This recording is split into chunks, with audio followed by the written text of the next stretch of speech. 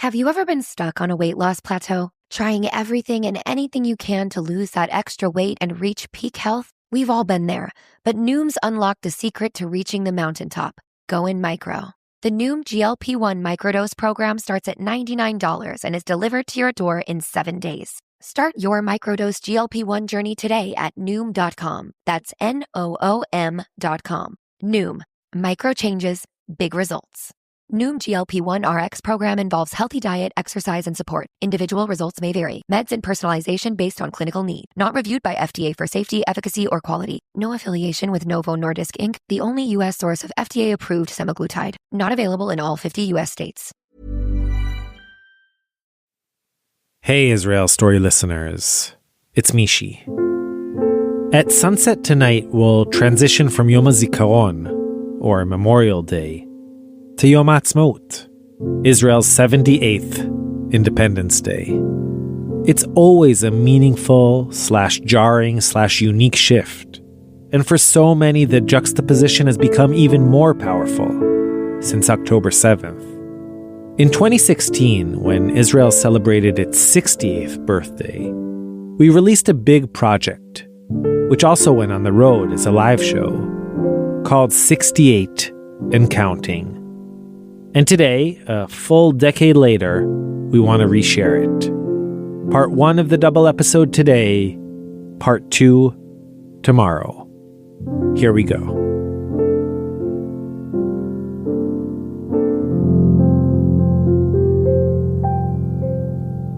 The first broadcast of Voice of Israel, Israeli radio, was at 1 minute before 4 o'clock in the afternoon on May 14, 1948, just 1 minute before David Ben-Gurion began to declare the State of Israel. How did the radio begin? What did they say? The announcers, there were 2 announcers, they said, listen to Voice of Israel.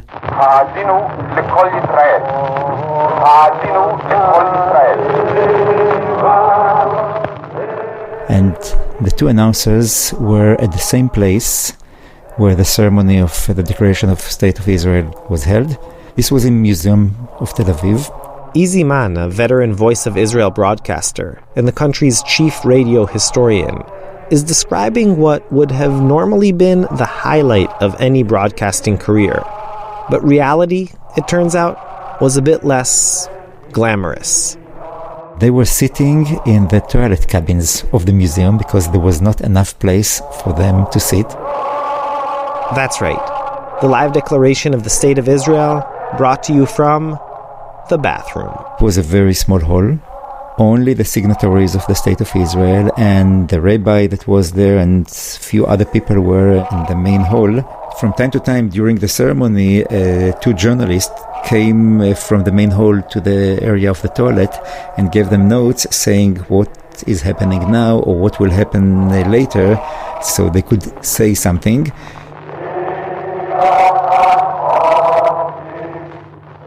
Everything about the ceremony and the broadcast was last minute. That night, at midnight, the British mandate over Palestine was scheduled to end. It was a Friday afternoon, and it was held very secretly because they were afraid that if people know where it would happen, Egyptian airplanes would come and bomb the place. A small team of radio engineers had been working around the clock to get this live broadcast up and running. They took from the main studios of Voice of Jerusalem, the former radio station of the British mandate. Each time they took some technical equipment with them. In one case, they took it in a convoy that went from Jerusalem to Tel Aviv, and one woman pretended that she was pregnant, and under her dress she hid some pieces of equipment. And in Tel Aviv, they gathered all these pieces together to build a kind of transmitter. They finished all the installations, luckily, half an hour before. And of course, they were still afraid because the transmitter was not that strong at these times. So as Ben-Gurion read the declaration,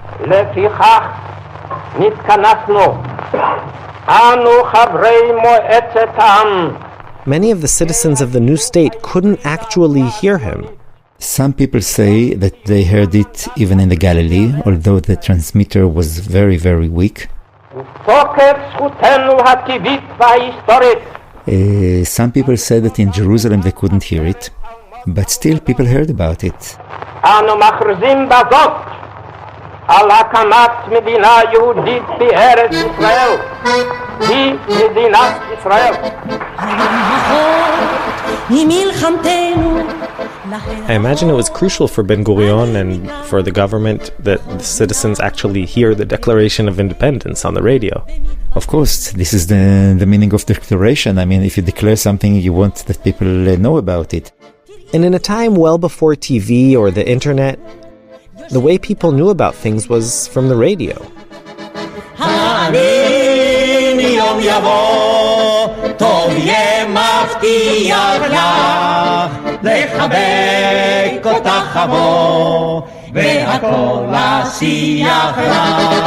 The radio at these times was really a piece of furniture in the middle of the living room. And that's how, very quickly, everyone heard the news. The rumor began to spread somehow, and of course everybody spoke about it. People were dancing.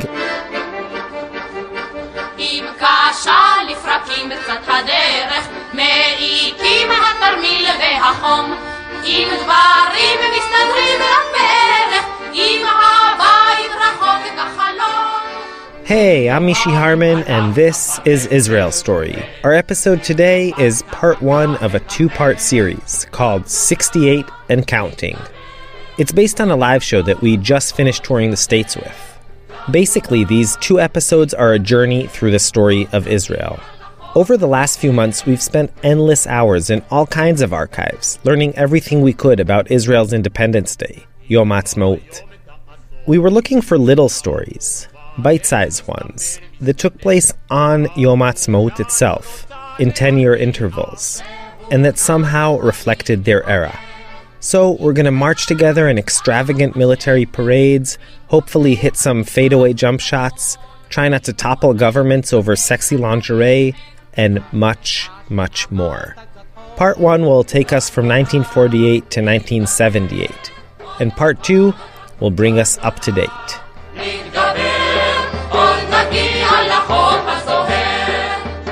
All right, here we go. 10 years after that first radio broadcast, things were kind of rough in Israel.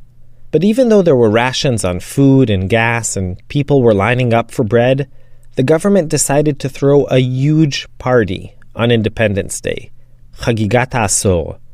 There was a big exhibit, kind of like a state fair in Jerusalem. The Dead Sea Scrolls were on display there, as was the original copy of the Declaration of Independence. There were also all kinds of other Israeli innovations: solar panels, sprinklers, Uzi guns. Israel's president, Yitzhak Ben Zvi, opened the exhibit with what was supposed to be some sort of spectacular light show.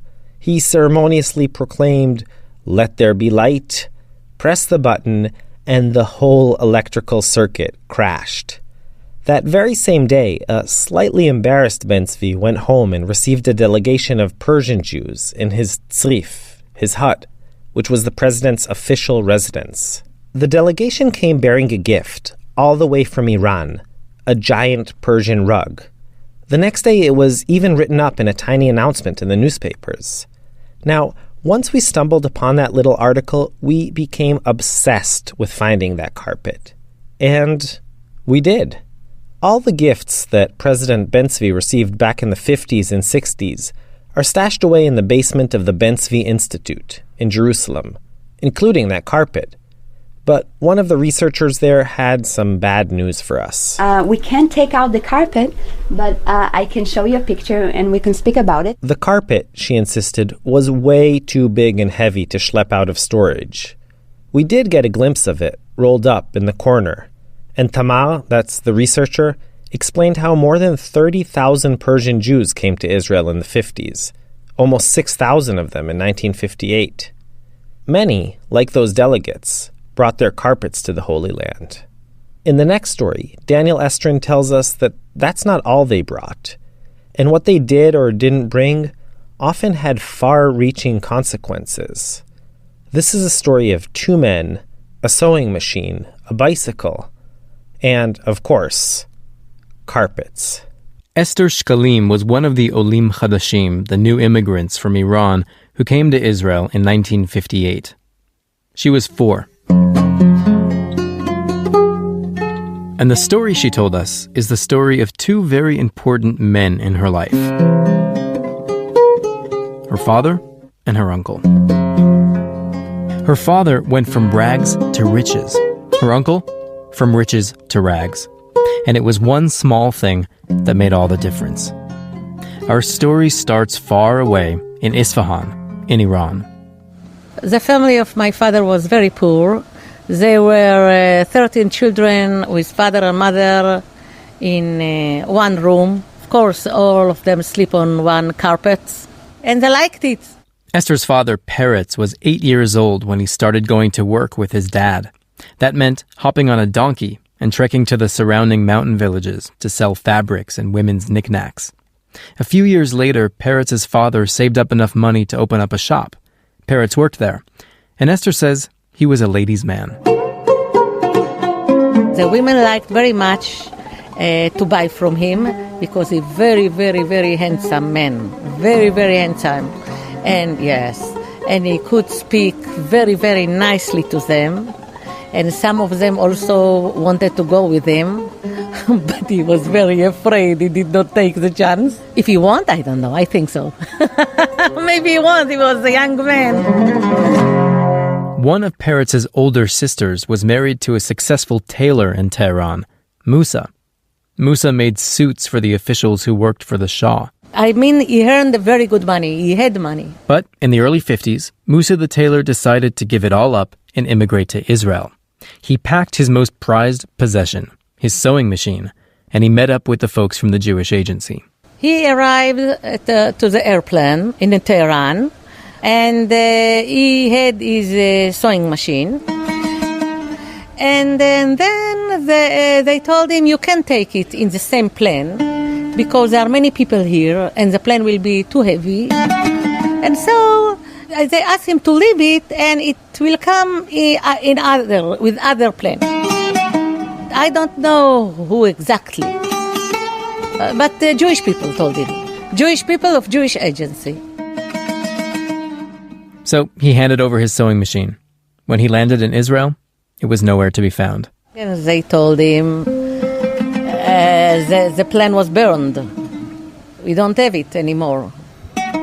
They told him that the plane exploded in the air. Yes, we are very, very, very, very, very sorry.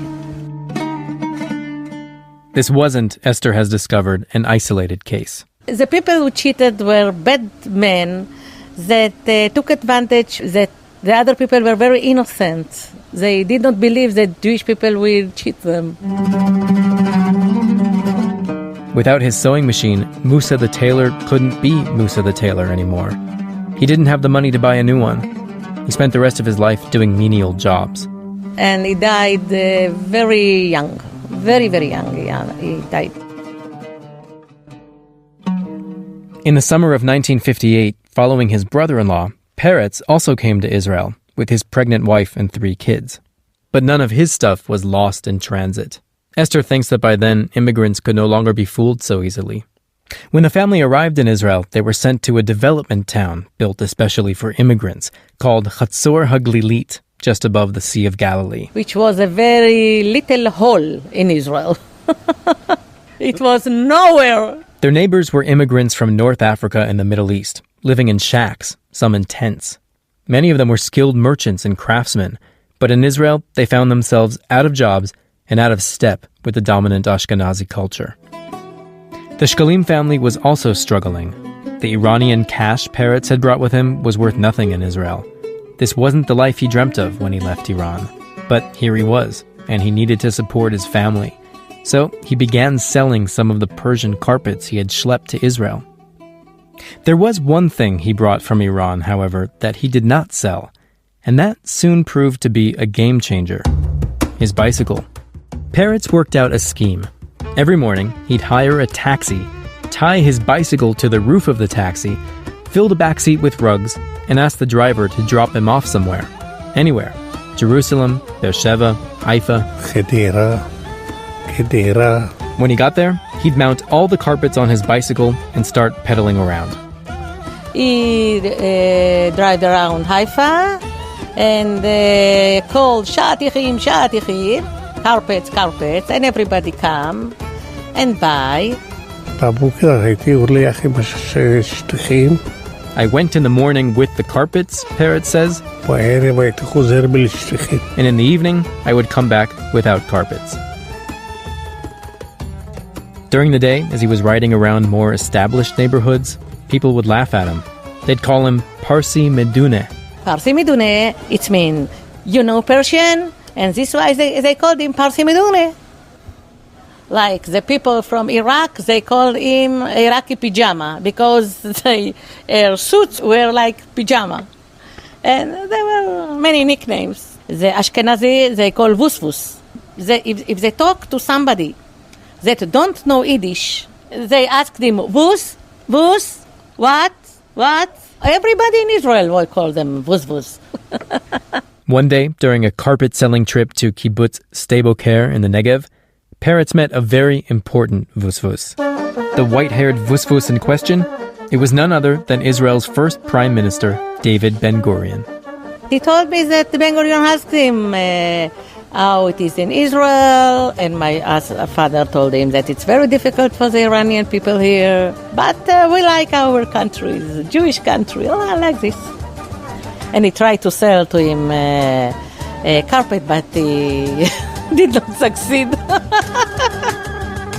Peretz Shkalim did this every day for years. He'd wake up at 5 a.m., leave with his carpets and his bicycle, and return home at midnight. Growing up, little Esther only saw him on Shabbat. When she went to sleep at night, it was a pile of carpets she slept on. My bed was his stock. When the bed was very high, I knew that he had to get all the carpets and to sell them. And when my bed was very low, I knew that he sent all the carpets and now he has to go and buy other carpets. 58 years later, Peretz still gets up early every day and goes to work. Except now, it's without the bicycle. He doesn't need it anymore. Today, he's known as Melech HaShtichim, the king of carpets. When people hear the Peretz Shkalim, they you are from the carpets. He's known in Israel as a carpetman. He's known as the carpetman. His store, the Peretz Shkalim International Center of Carpets, is in Gan Ha'ir, a flashy shopping center in downtown Tel Aviv. There are Turkish carpets, Afghani carpets, Persian carpets, all stacked in piles or hanging from the walls. Signs dangle from strings advertising major sales. There's this one sign near the ceiling informing customers that, quote, "This place has the best and prettiest carpets in the world!" ! Esther, who is a poet, thinks about her father's journey a lot. He was very little, and he worked very, very, very hard till it was really a big empire. The husband of my aunt could not bring here his sewing machine. He did not succeed here, and he died young. And Baruch Hashem, my father could bring here his bicycle, and all the world was really different for him and for all the family. It's amazing how one little thing can change one's life. טוב, אבל אני בעזרת השם אני אבוא בשבת. בסדר? Esther had to run, so she kissed her father goodbye. יאללה, כל טוב הבא. שאלוהים ישמור אותך. A few minutes later, it was time for the daily minyan. 10 men who work in the Gan Ha'ir shopping center came to the store for afternoon prayers.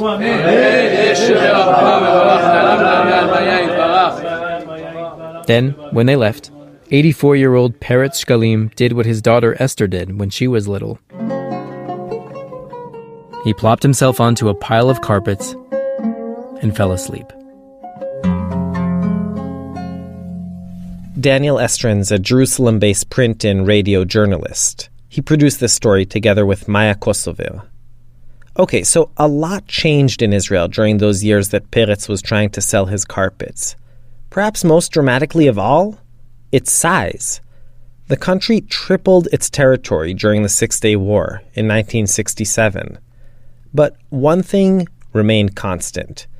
The main event of every single one of Israel's first 20 Independence Day celebrations was a full-blown military parade. Air Force fighter jets, tanks, jeeps, missiles, infantry formations, you name it. The parade rotated among Israel's main cities, and in 1968 it came to Jerusalem, a newly unified Jerusalem. It was less than a year after the huge victory of the Six-Day War, and the parade was billed to be the greatest one to date. 600,000 people attended, a fifth of Israel's population at the time. And as if that wasn't ceremonious enough, the 1968 parade was the very first event televised on the brand new Israeli TV channel. Shai Satran tells us the story of that day. So, I hate to rain on the parade, but it ended up being not only the biggest parade in Israel's history, but also its last. But we'll get to that later. For now, I want to introduce you to someone. I'm Shimon Giller. Shimon was one of the thousands of soldiers who took part in that parade. He was born in 1950 in Poland. I have only good memories from Poland. But at school, the kids and the teachers, they were not anti-Semitic, but there was a difference of being a Jew among un-Jewish children. Many times I was called a bloody Jew or a dirty Jew, but it was just, between kids. Shimon's nuclear family immigrated from Poland in 1958 when he was a kid. They didn't have many other relatives. My father's and mother's families both were in the Holocaust and were almost totally eliminated. His father, a sewing machine mechanic, struggled to find a job in Israel. Our standard of living dropped down very sharply. But all in all, they were very happy with their decision, and Shimon has fond memories of his childhood in their new home in Tel Aviv. He remembers, for example, going to see the Independence Day military parade with his parents. His favorite part? The tanks were making a lot of noise. They were huge.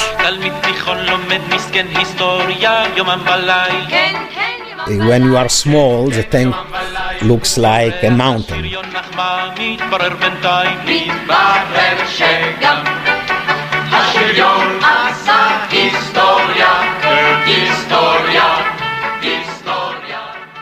When the Six-Day War broke out, Shimon was a senior in high school.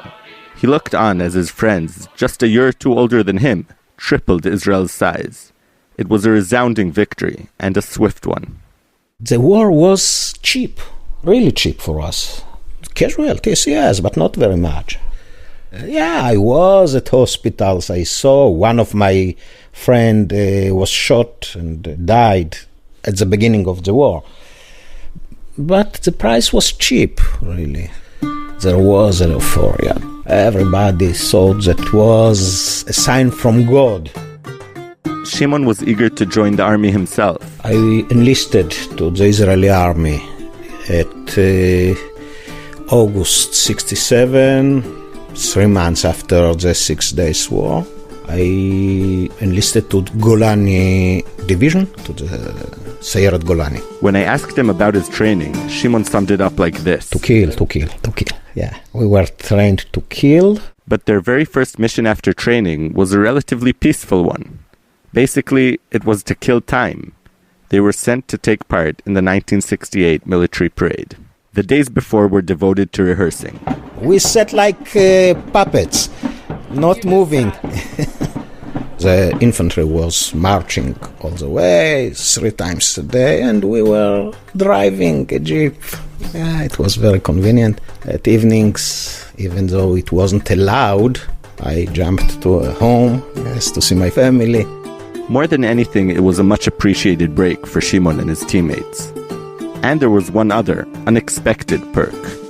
Shimon got to be on TV. I didn't know at the time, but I was filmed with a focus on me. They focused on me, and all my friends were very excited to see it, because television was not at all homes then. Sure, not all homes had TVs, but those that did were watching.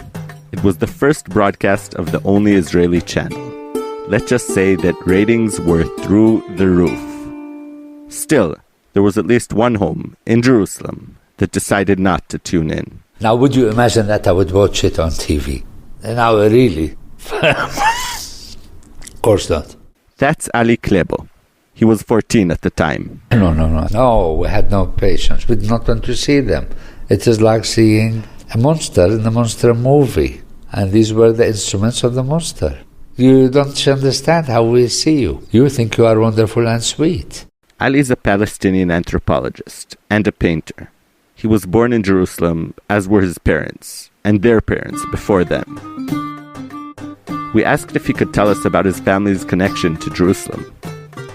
He looked at us, grinned, and asked, "How far back do you want to go?" You should always bear in mind that my family and Jerusalem are one history. On my mother's side, we're 1,300 years in the city. And my great-grandfather is buried in the Dome of the Rock. Growing up in the Old City, which was Jordan before the '67 war, Ali had never spoken with or even seen Jews. That changed, of course, the day the IDF soldiers entered the Old City.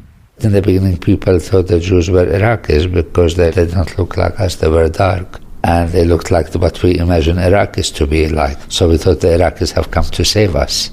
A year later, the military would parade through the now unified Jerusalem. By then, Ali no longer thought they were Iraqis. The occupation had begun. For Ali and his family, the idea of a unified Jerusalem meant that their home was no longer really their home. So you can imagine when the parade came in Jerusalem in '68 for us, it was highly traumatizing. It was rubbing salt into a wound. The situation was volatile, tense. The police wanted to minimize any potential for violence, so they asked the Arabs of East Jerusalem to stay in their homes throughout the day. A bunch of newspapers declared it the Arabs' Pajama Day. That humor is lost on Ali. Unfortunately, in a macho society, it becomes clever and witty. And people say, how nice. But for me, I found it very offensive. I wondered if Ali's feelings weren't those of an older, more politically aware adult. I mean, as a boy, hadn't he been a tiny bit excited, just like Shimon, by the whole commotion? The tanks and the planes and the missiles? Apparently not. No, I'm not macho. That's your game. You cannot assume that all men want to play football, all men want to play tanks. This is another stereotype. Each of these parades ended up costing tens of millions of lirot. And lirot weren't something the government had in abundance. So there's the obvious question, why do it? Ali, of course, has his answer. It is to glorify the war, to glorify their victory, to show. It was an exhibition. They were exhibiting their power. We have the power to make what we want in the world. We are the strongest military power in the Middle East, and we're here to stay in Jerusalem. Shimon's explanation is different. It meant a lot to the Holocaust victims. After being helpless and without any ability to defend yourself, it was very assuring to see Israeli soldiers with an Israeli flag and Israeli tanks, and it was calming the fear of the Holocaust victims. Whatever the reasons were for holding the extravagant parade, they were quickly reconsidered after that year's military showcasing. There was a growing sense the parades were no longer really necessary, that Israel, now a major regional power, didn't have to display its might so publicly anymore. The very next year, 1969, for the first time in the young country's history, there was no military parade on Independence Day. The point was made in that parade. They did not have to redo it. It would have been an overstatement. People began to look at it as childish. The army also was not as popular as before. For many Israelis, Shimon is one of them. The post-6-day war euphoria was short-lived. Once it wore off, the war's legacy was a mixed one, a sobering one. We had this tremendous victory, and now what?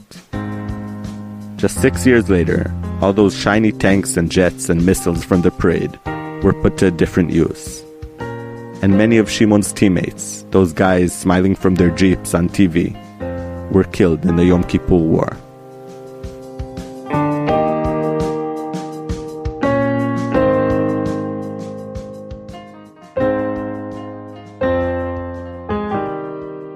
Shai Satran is a senior producer on our show. He reported this story together with Katie Pulverman. In 1973, there was a small-scale attempt to revive the parade. It didn't go anywhere, and was canceled for good the following year. ירושלים של זהב ושל עופרת וחלום לעד בין חומותייך ישכון שלום שלום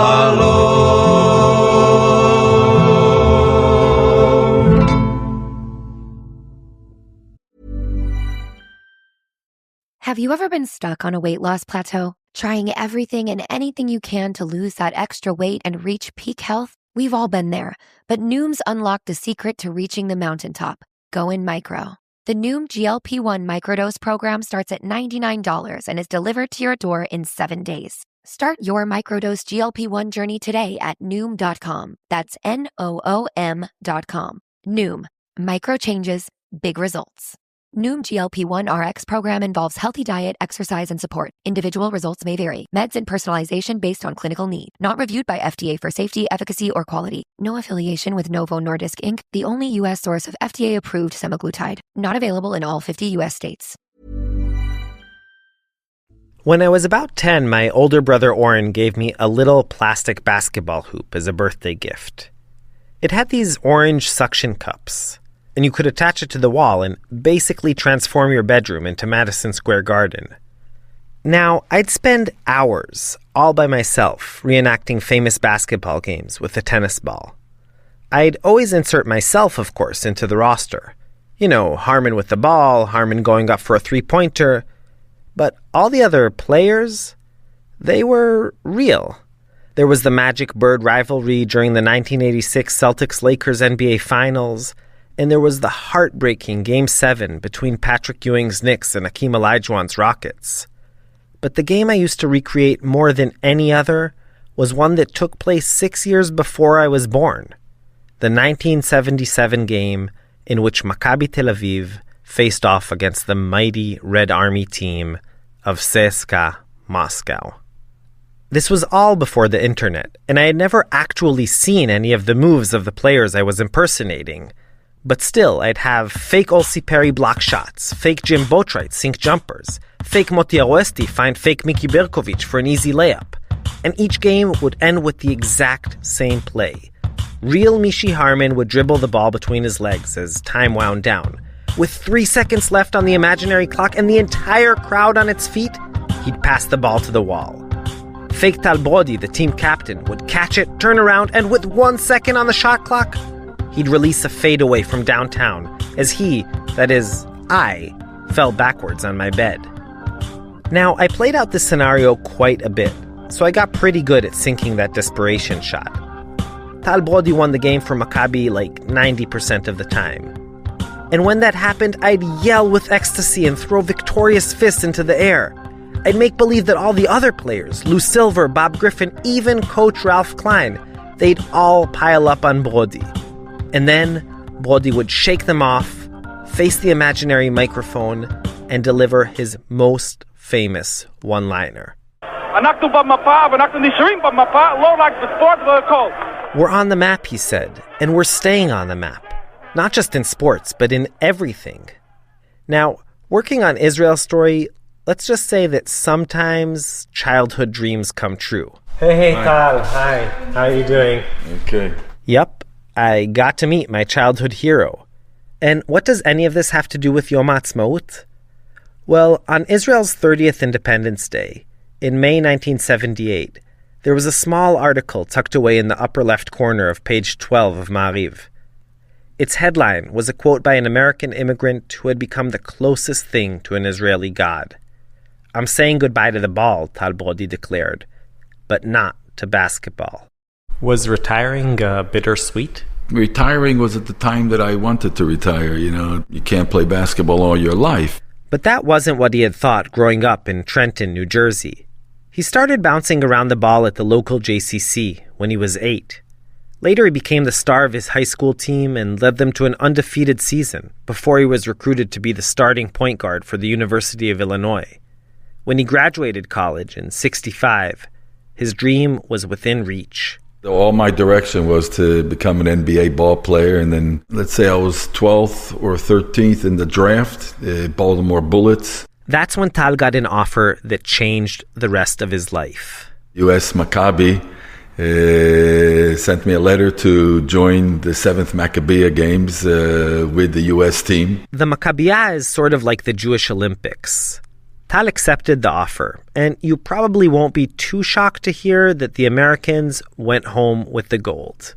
Tal, however, decided to stay. Nobody could understand why I would go to Israel and give up a career in the NBA. My plans were to come to Israel for a year, not to make Aliyah, but to try to take the basketball to another level. It was 1966, the year before the Six-Day War. Israel was small, fairly poor, and that meant that there were many adjustments as far as Tal was concerned. Coming in from University of Illinois, 16,618 people at ball game, private plane, the best conditions in the locker room, and coming into Israel and having to go up to Haifa, get our games rained out, or playing in a dust storm in kibbutz near David Bet Alpha, or playing outdoors in the winter. And I always say the same thing. I went to Israel to play basketball, but I stayed there because what I saw the basketball was doing for the country. Tal became a national star. When the Yom Kippur War broke out in 1973, he was abroad, playing with the Israeli national team in Spain. We were able to get back on an El Al flight to Israel, and all of us had orders waiting where to go for reserve. The shock of the war and the high number of casualties threw Israel into despair. We lost a lot of soldiers injured and killed during that period of time. And, so in a small country like Israel, it affects everybody. It hit quite a few families. Up to 1977, during that historical year of basketball, actually the country was basically in mourning.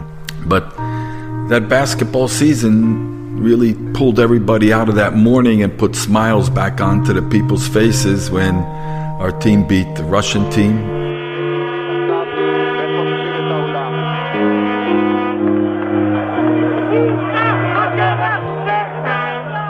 Now, if there's one moment that Tal revisits again and again, it's that moment. February 17th, 1977, the semifinals of the European Championship. It was the height of the Cold War. The Israeli raid on Entebbe was still a fresh memory, and the USSR had long ago broken off diplomatic ties with Israel. CSKA Moscow, who had won the previous 4 European titles, refused to play in Israel. So the game, in which Maccabi was supposed to be absolutely annihilated, took place in a small Belgian town called Virton. Every rebound symbolized the struggle between Western capitalism and Soviet communism. Every made free throw felt like David hurling a stone from his sling at the mighty Goliath. The mighty Sergei Belov. In the end, there was total euphoria. Tal will probably never forget the final score. 91-79. An entire country was in a state of total ecstasy. Right after the game, all the fans that were piled into this small gymnasium in Virton in Belgium just ran onto the floor, singing, dancing the horas, singing Am Yisrael Chai and Chavenu Shalom Aleichem, and picked us up, the players, and when they put us down, and I was going to the locker room with all this excitement on the floor, that's when Alex Gilady caught me, and it just came right out of my heart. I mean, something that you can't plan, an event like this. You can't plan an Israeli team beating the Soviet Union, at that period of time. It was like really fulfilling a dream and a miracle.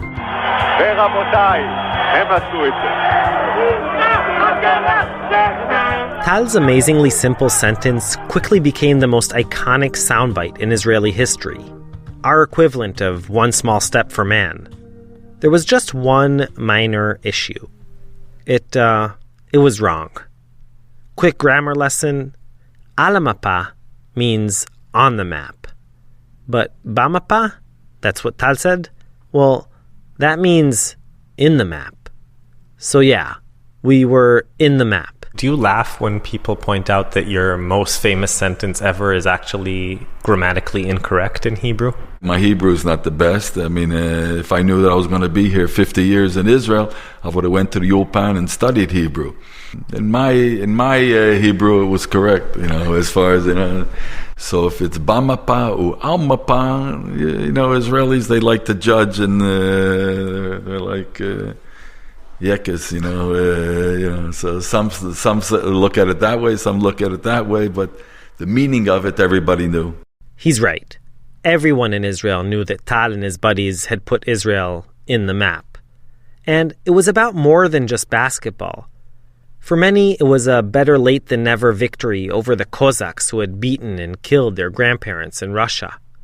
Maccabi, הקבוצה של המדינה, the team of the country, was, in some very real way, Israel. In the beginning, you only had one television station, and a Thursday night, you didn't have any Knesset meetings or bar mitzvahs or weddings. Everybody knew that if Maccabi Tel Aviv on a Thursday night at 8:30 is playing, everybody was home or at the stadium watching the game.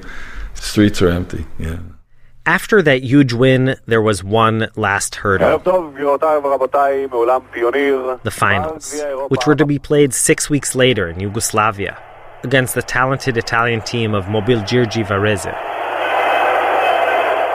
We had about 5,000 fans that came from Israel to that game, to cheer us on. Maccabi won the title by a single point.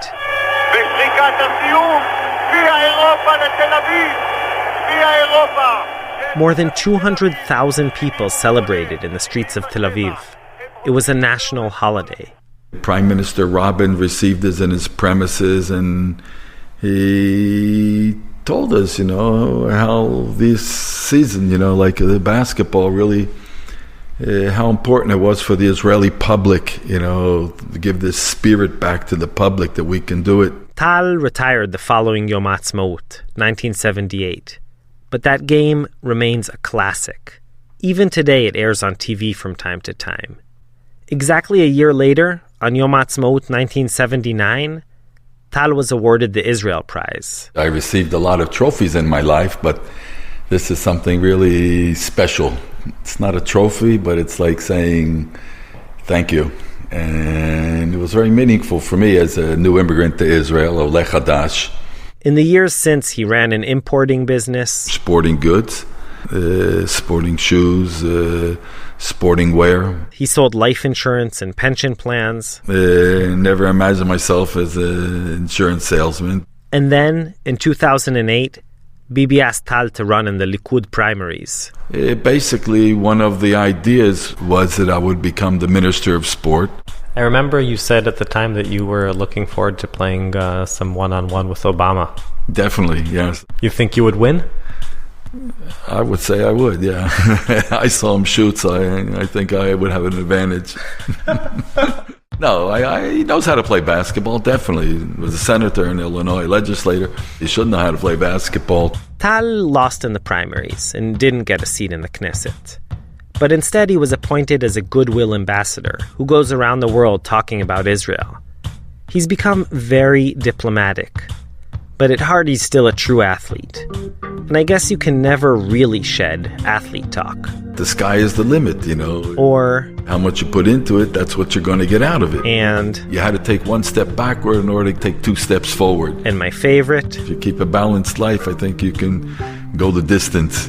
But when all's said and done, for such an unlikely national hero, who has made an Americanism into quintessential Israeliness, and who, though he doesn't know it, scored more pretend game-winning shots in my childhood bedroom than anyone else, cliches actually do work.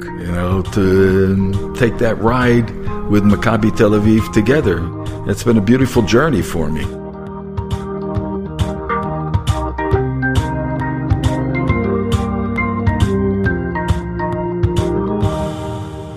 And that's our episode, part 1 of 68 and Counting. Our staff includes Yochai Meital, Shai Satran, Ro'i Gilron, Maya Kosover, Shoshi Shmulevitz, and Rachel Fisher. Itai Hyman, Amir Faktor, and Katie Pulverman are our incredible production interns. Adam Rose is our music intern and wrote original music for this episode. Julie Subrins, our executive producer. I'm Ishi Harman, and we'll be back next time with part 2 of 68 and Counting. Till then, yalla bye. שאל את הילד הקט שיצא עם אביו ברחוב לטייל, מתוק לו ולו רק בגלל אותה סוכריה על מקל. ראו גם שועל אל הכרם נכנס מן הבוסר חמד ענבים, מתוק לו מתוק לו מתוק לו מתוק לו מתוק לו מתוק לו ולו רק בגלל שהם כמו מים גנובים. מתוק, מתוק, הוא טעם החיים.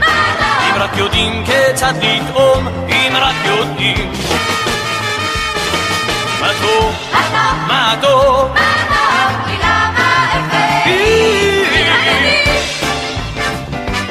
אם רק יודעים, אם רק יודעים.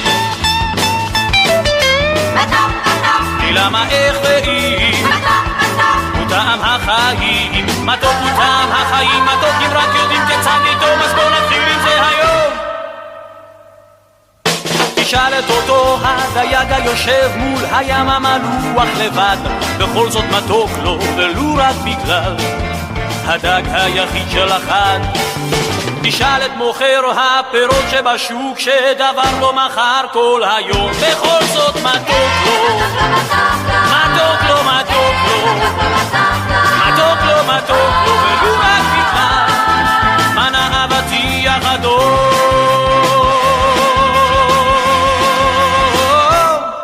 מתוק מתוק הוא טעם החיים, אם רק יודעים כיצד לטעום, אם רק יודעים.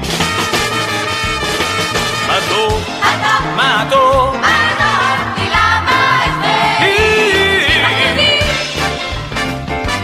אם רק יודעים, אם רק יודעים. כי למה איך ואם טעם החיים, מתוק הוא טעם החיים, מתוק אם רק יודעים כיצד לטעום, אז בואו נתחיל עם זה היום.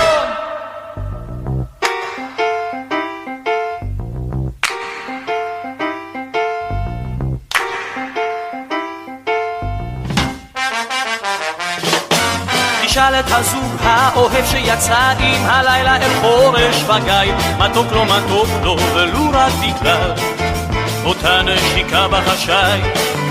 תשאל גם אותי ביום קיץ כך הולך, מתוק לי בלב ובפה, מתוק לי מתוק לי מתוק לי מתוק לי מתוק לי מתוק לי ולו רק בגלל שזהו סתם בוקר יפה.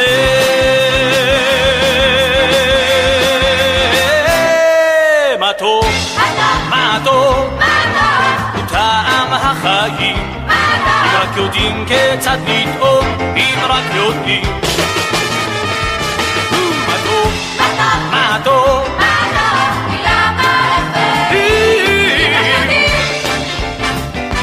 אם רק יודעים, אם רק יודעים. למה איך ואם טעם החיים, מתוק הוא טעם החיים, מתוק אם רק יודעים כיצד לטעום, אז בואו נתחיל עם זה היום.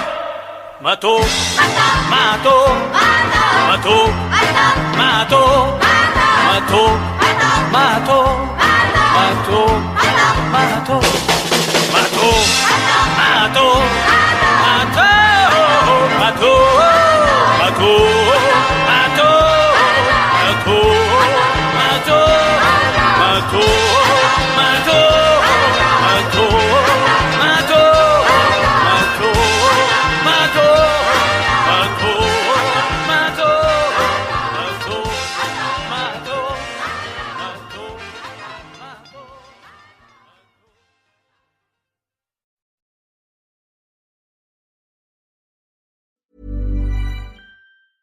Craving the coffee flavor you love, but without the caffeine? Kachava's got you covered with their newest coffee flavor. This all-in-one nutrition shake delivers bold, authentic flavor, crafted from premium decaffeinated Brazilian beans. With 25 grams of protein, 6 grams of fiber, greens, and so much more. Treat yourself to the flavor and nutrition your body craves. Go to kachava.com and use code SMOOTHIE. New customers get 15% off their first order. That's KACHAVA.com, code SMOOTHIE.